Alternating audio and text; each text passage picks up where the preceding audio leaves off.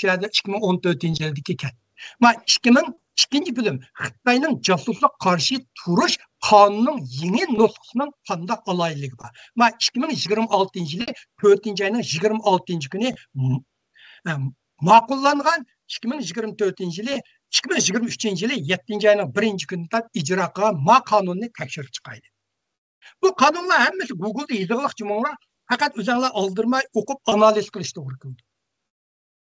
Xi Jinping 2012 yılı taxtiga chiqqandan keyin josuslikqa qarshi turishni hokimiyatning ichki konturligini mustahkamlashdagi muhim vosita qildi. Xi Jinpingning Turkiyada hukmronligi ilgirki davlat bexatarlik qonuni, uni Xitoycha Goja Anchunfa deydi. Va tuzitish kirgizib 2014 yılı josuslikqa qarshi turish qonunini ma'qulladi. Fanjendianfa deydi. Dünyada tam Jendianfa deydi, Xitoylar yana qarshi degan bir gapni aytib oldi.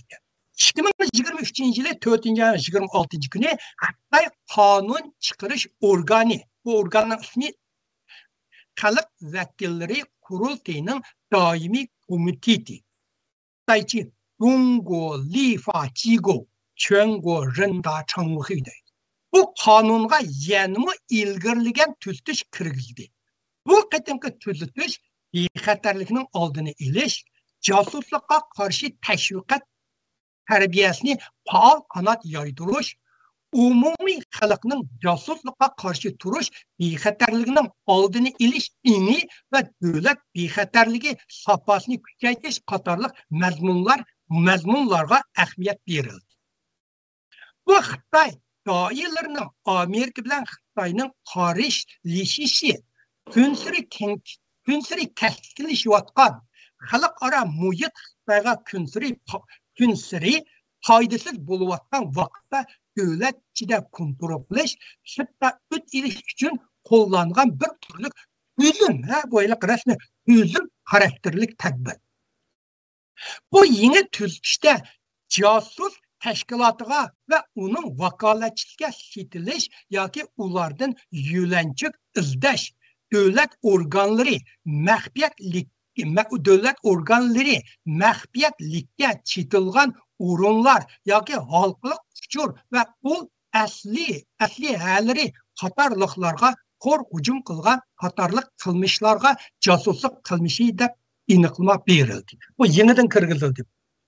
Bu qonun 2023 yılı 7-ci ayının 1-ci günü, oldingi ayının 1-ci günü kundan başlap yo'lga qo'yilgan bo'lsa-mu, lekin buning xalqqa bo'lgan qo'rquv nech fikri shu vaqt rol o'ynadi.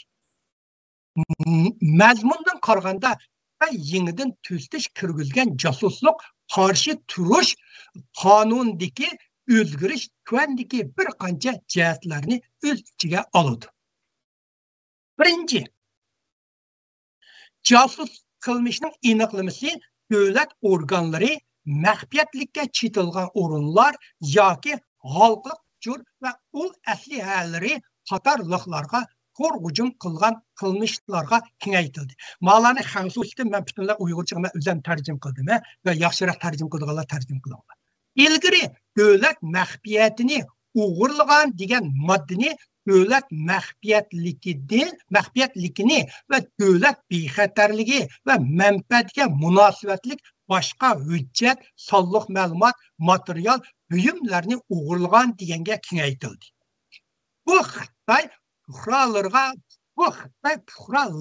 emas, yana ikkinchi davlatga qartilgan josuslik qilmishlarga çünkü qaratgan josuslik qilmishlarni qo'shildi. Buni Xitoy ichida Zhengdui Disanguda Jendiye Xingmi deb olgan qonunlar. Men bu yerga 3-chi davlatga qartilgan josuslik qilmish degan so'zga tushuncha berib o'tay. Bu josuslik tashkilot va uning vakolatchisidan boshqa chet eldagi axborot tashkilot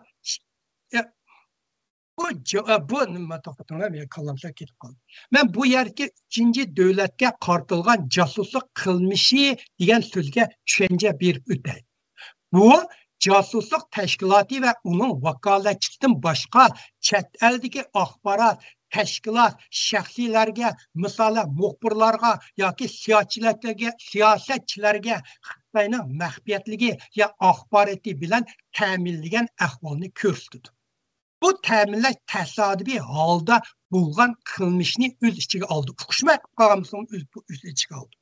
Bu yerki məxfiyyətlik yoki axbaratı deganning aniqlaması yo'q. Ay xalqancha aniqma berdi. Bu üçüncü devlet degan casusluk təşkilatının a'zosi yoki casusluk təşkilatının vakaletçisi bo'lmagan, amma chet eldeki başqa axbarat təşkilat şəxsilərini Xitay axbaratı bilan təminləgan qilmishini ta'kidlaydi. Misala muxbirlarga uçur berish.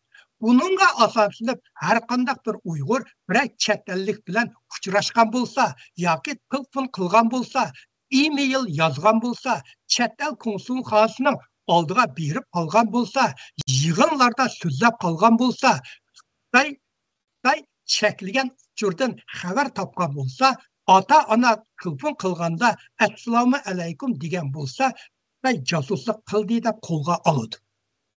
Bununla asasen chet eldeki barliq Uyg'urlarni josuslik qildi deb ayblaydi. İkinci, bu qitim Xitoy josuslikqa qarshi qonunga tuzatish kirgizib, bexatarlikning oldini olish Xitoycha anchun fangfen deb olgan degan maxsus bob ta'sis qildi. Bir bobni ismi o'sha, bir ko'ringlar Xitoychani Uyg'urlar hammalar bilsinlar. Davlat organlari ijtimoiy tashkilot qatorliqlar josuslikqa qarshi va bexatarlikning oldini olishdagi subyektlik mas'uliyatini oydinlashtirishni ta'kidladi. Xitoychada buni ruhi zo'rin deb olgan. Men Xitoy torbiti Baidu, bu Xitoyning Uyg'urlar Google bo'lganda Xitoyning Google shu Baidu. Baiduga kirib bu subyektlik mas'uliyat ruhi zo'rin degan so'zning qonuniy ma'nosini izlanib baktım. Bu yerda bunaqa tushuncha berdi. Buning ma'nosi mundaqkan.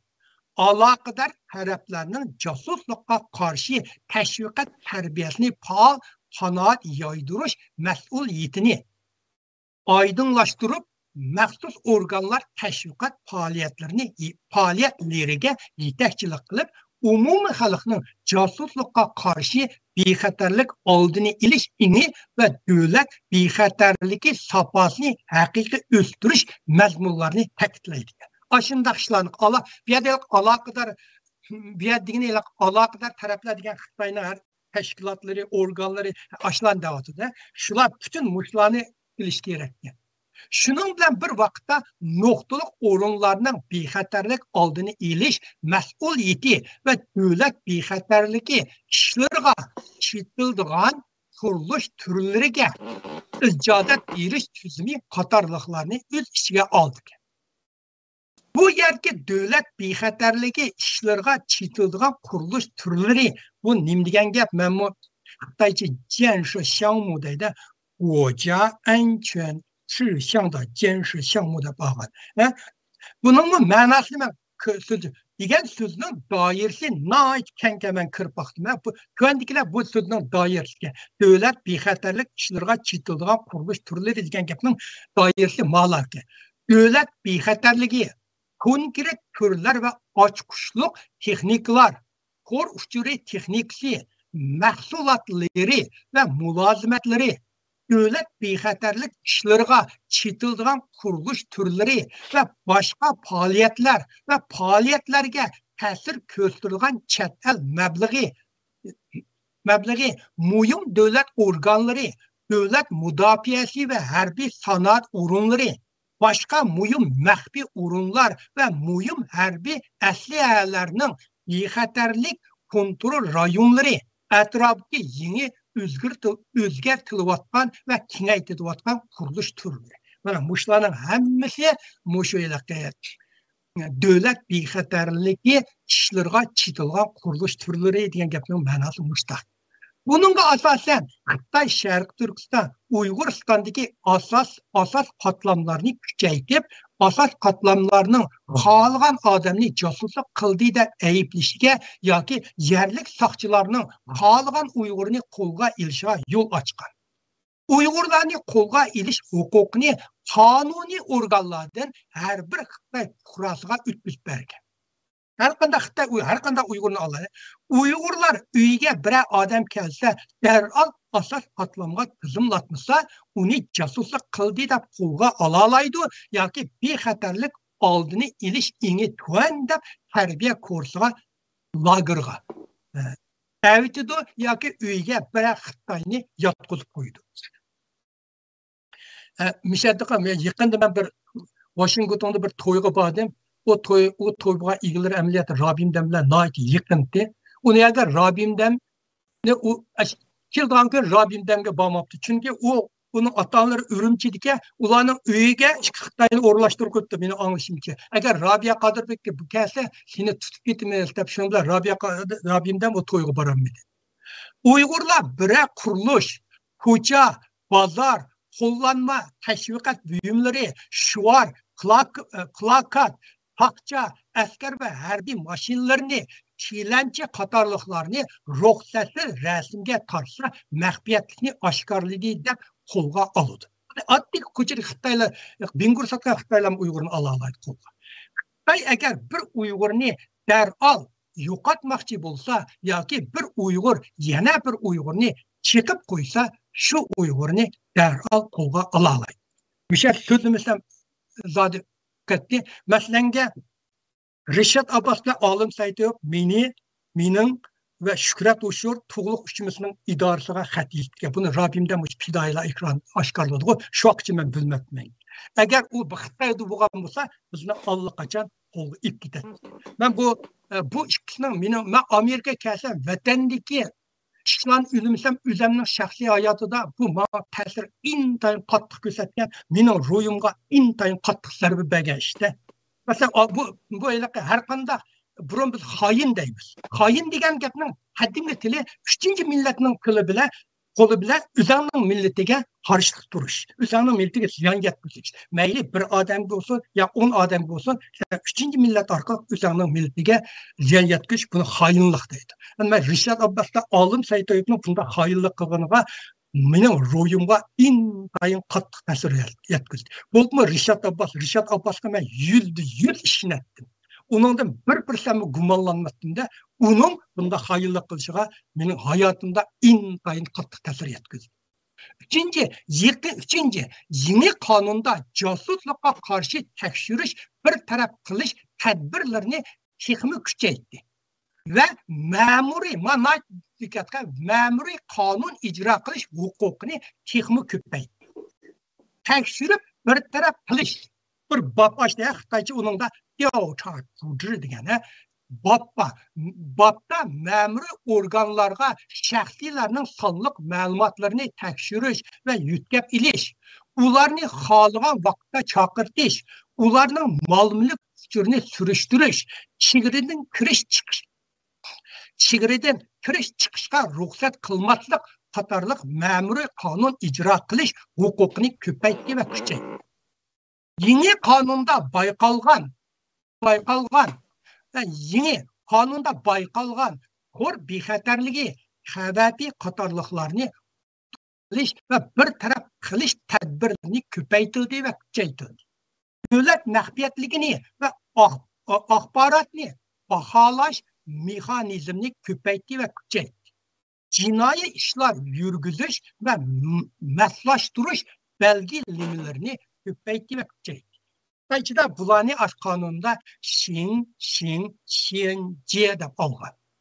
Bu gapning ma'nosi, bu Xitoycha gapning ma'nosi ma'muriy qonun ijro qilish bilan jinoiy ishlar qonunini birlashtirish degan. Bu gapning ma'nosi buni qonuniy organ chaqiriq yo'q. Odatdagi idora shaxsi hamma odam Uyg'urlarni qo'lga ola oladi degan gap. Buningga asosan Uyg'ur yutlab qo'ysa jinoiy ishlar qildi deb qo'lga ola oladi. Uyghur hiç yerge erzik kılalmaydı ve Uygurlarını çakıdıgan Uygurlarga çıkımı köp fırsat yaratıp verdi. Uygurlarını çakıdıgan Uygurlar bekti.